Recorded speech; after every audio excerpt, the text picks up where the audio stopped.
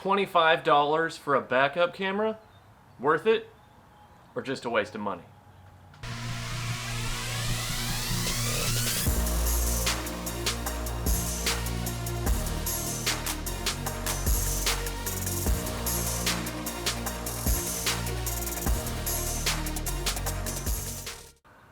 Hello and welcome to the channel. I am Chris, this is Dirty Trucker 08, and yes, I bought a backup camera off Amazon for $25.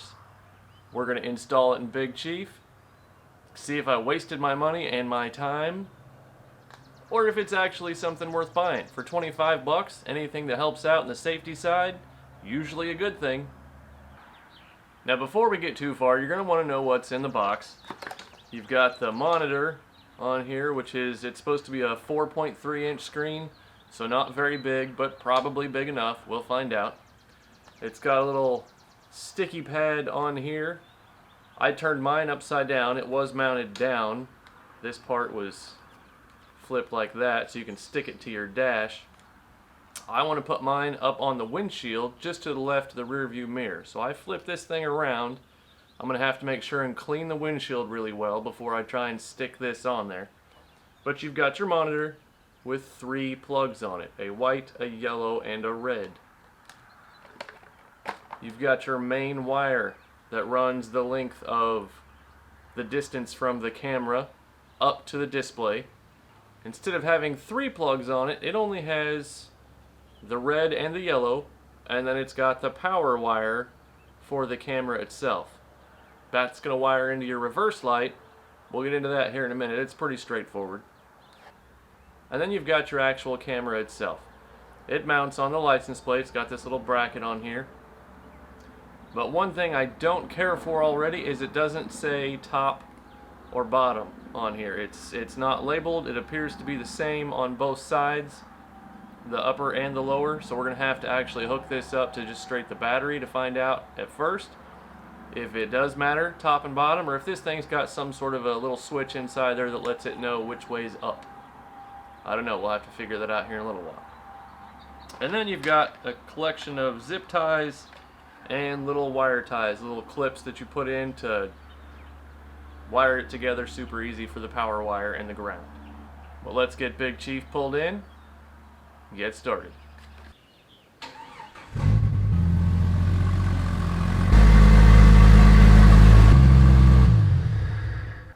Alright, so if we've got to figure out which way's up on this camera, before we get up front where it's a little bit windy outside, I'm not sure if you'll be able to hear me great, we're going to go ahead and wire it together so we can just put the ground to the ground on the battery and the hot to the positive on the battery and figure out which way's up on this camera. So to plug it in, it's pretty straightforward. So your main wire that goes between everything, still all bundled up here, but I separated it just enough that you can see one end and the other. This side will go on the camera side. Now, per the instructions, it says the red one goes in the red one because that's the only one it'll plug into. The other ones are RCAs. It wants the yellow wire plugged into the white lead. Just as so. And then on the other end, you've got the red and the yellow wire here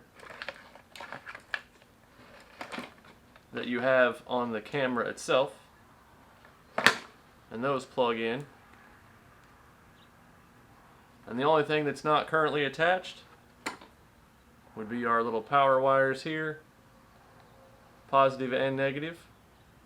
Let's go hook this up and figure out which way's up on the camera.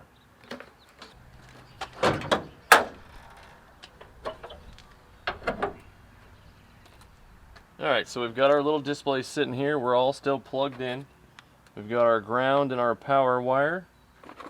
And we're going to set this just right here and see if that's the top or if the other side's the top. Power on one side, ground on the other. And it is looking at the hood in the proper direction. And it is the correct way up. Let's try turning it over and see if it has a switch on itself.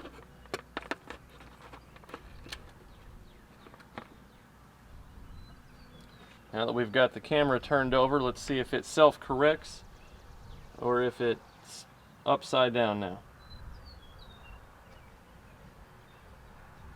And it is upside down.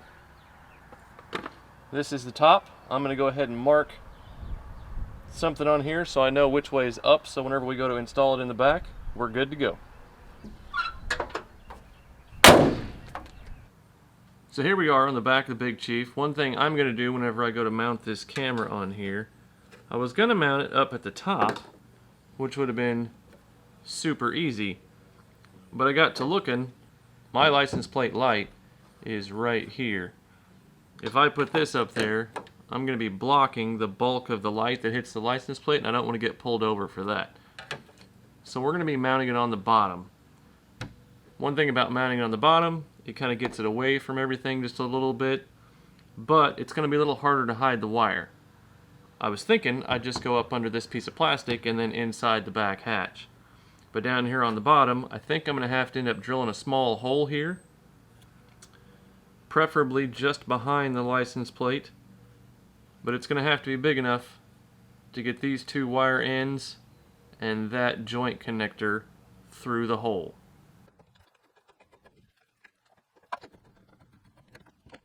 So that's going to mount up about there. The wire hole needs to be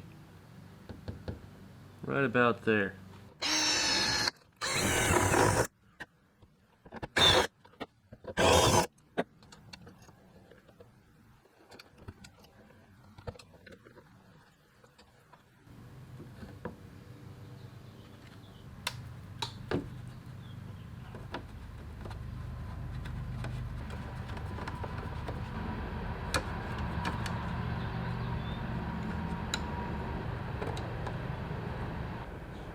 And there we've got one mounted camera.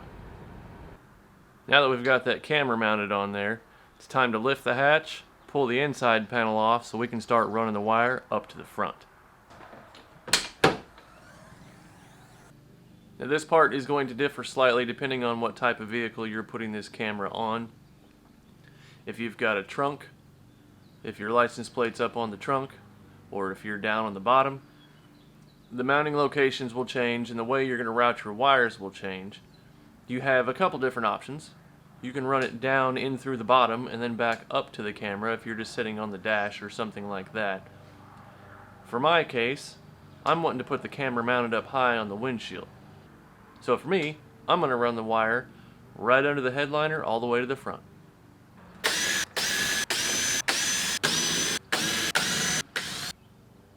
It's always the last screwdriver you grab. So now it's time to run the wire. Fortunately, this wire appears to be rather long, which means you should be able to use this on pretty much any vehicle, regardless of whether it's a big Suburban, a 70s Lincoln, or a Geo Metro. One thing to keep in mind though, whenever you're going to put this in, the end that has the red and black wire on it, that's the side that goes towards the camera. And one thing I'm going to add that it doesn't recommend on the installation paperwork, I'm going to take a little bit of electrical tape, and these plugs, I'm just going to throw a little bit of electrical tape around them just to hold them together so nothing gets yanked and pulled out. I'd hate to have everything all reinstalled just to find out that I turned it or had it a little bit short and it unplugged it. So after a little thought here, I've kind of changed my mind. Instead of extending these wires and then running them down to the reverse light to kick that camera on, because I'd kind of like to be able to use the camera not whenever I'm only backing up, because I use this in the woods, I think I'm going to go ahead and power the camera off of the running lights. More specifically, the license plate light. So if I need to be able to see behind me, all I've got to do is just turn on my lights, and now I can see behind me if I need to. These are the wires that run up to my license plate light. So I'll just be splicing in here and adding these wires to be able to control the backup camera. You can see where I spliced into the wires there for the power and the ground. Phew, that was a big pain. So what I did, whenever I brought the wire down, wire comes down around and goes in through here. Then I went through the rubber boot to get it inside the cab, which you can see the wire dangling here. These rubber boots, that's kind of a pain to put something through it. What I figured out was, if you take the boot out, run the wire through, run it through the boot, and then run it back in, that's a whole lot easier than trying to fish it through at those weird angles that it's at. Hopefully your install doesn't involve this.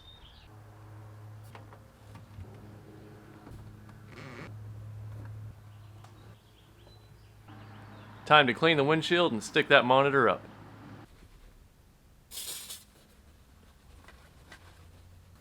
Now that we're good and clean, we can go ahead and peel off the back side of our sticky. Figure out about where we want this. And stick it to the windshield. We'll go ahead and plug it in. Now we'll just have to tuck these wires and hide them up. And there you go. We've got a functioning backup camera mounted just to the left of my rear view here. As you can tell, the resolution isn't amazing on it. The size, if you compare it to the size of your rear view mirror, you can kind of get an idea about how small it is. It's not huge, but to have a little bit of extra visibility, I say helpful. And there you go. A relatively easy, relatively straightforward, simple install on a $25 backup camera. Is it amazing? No. You could spend a lot more money and get something a whole lot better, I'm sure. But for 25 bucks, it's honestly pretty damn good. Do I think I wasted my money? No. I think it'll be helpful. And the way I wired mine into my parking lights will help me out whenever I'm trying to back up and not slam into a tree that might just be out of view from a regular mirror. So hopefully you guys learned something.